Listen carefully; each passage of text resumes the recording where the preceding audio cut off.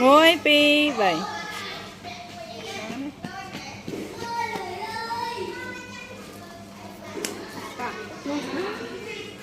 Ai vô cô vậy?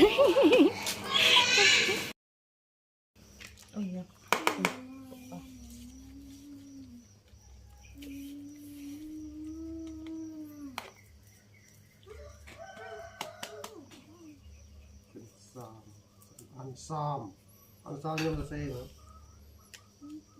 các bạn xe mà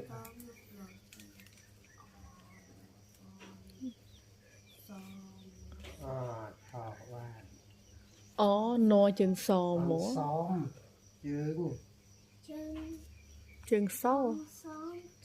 ầm ầm ầm ầm xóm ầm xóm đấy ầm xóm như đấy ầm xóm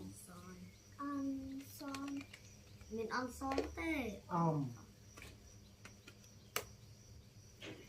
xóm là buồn rồi mình buồn mày này quay qua lại cho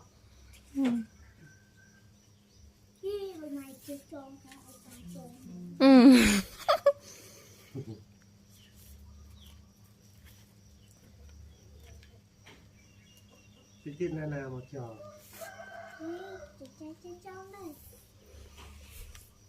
chết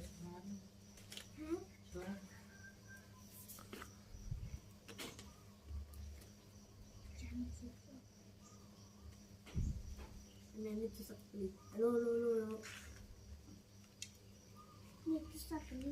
Cinnamon có pha toàn vịnh nùng này.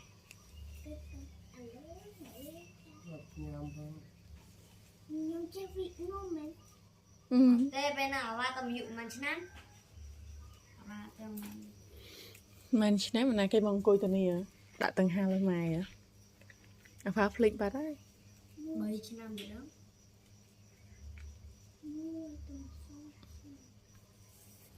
bơi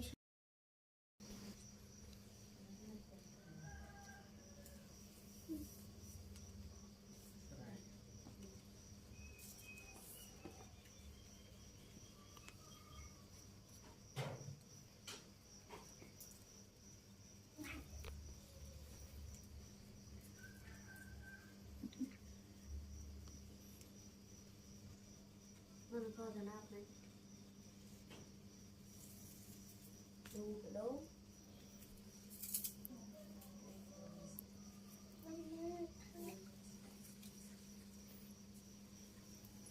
Hòn pha cùi.